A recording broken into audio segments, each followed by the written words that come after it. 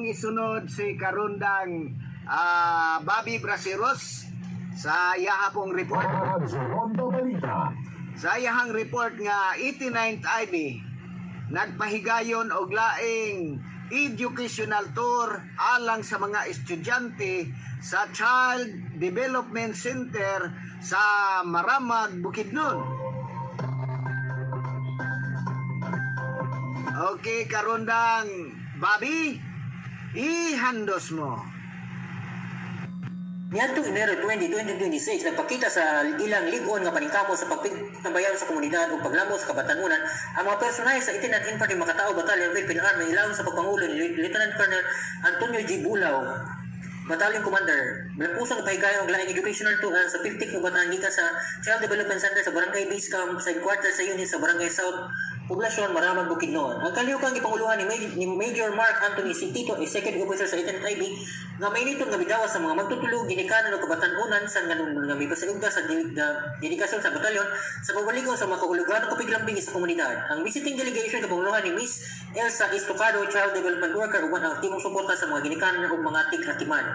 Sa tibok pabisina, ang mga kabataan nagkasigon nga miapil sa nagkailaing interactive educational o angay sa ilang edad ng mga kalihukan. Lakip niini ang presentasyon sa naglaing uniforme sa Army, demonstrasyon sa kaibalog kapabilidad sa infantry squad, usa ka hapsay o mahampingong pagpakita sa mga armas ug orientation bahin sa mga mobility assets sa unit. Kini mga kalihukan gilaraw aron matagan ang mga kabataan ug sukaranan aron mga kahulugan nga pagsabot sa mission, kapasidad ug hinungdanong papel sa Philippine Army sa pagmintinar sa kalinaw, seguridad ug nation building.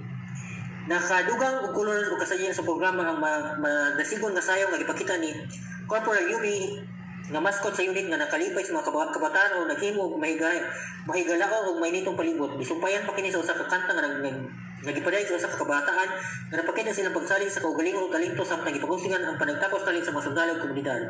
Ang education nito nagtumong sa pagdul sa mga kabatanunan sa bilis sa patriotismo, disiplina, pagtahod o pag-alagad samtang gipasayog ng positibo ug duol nga miyamay sa Armed Forces of the Philippines.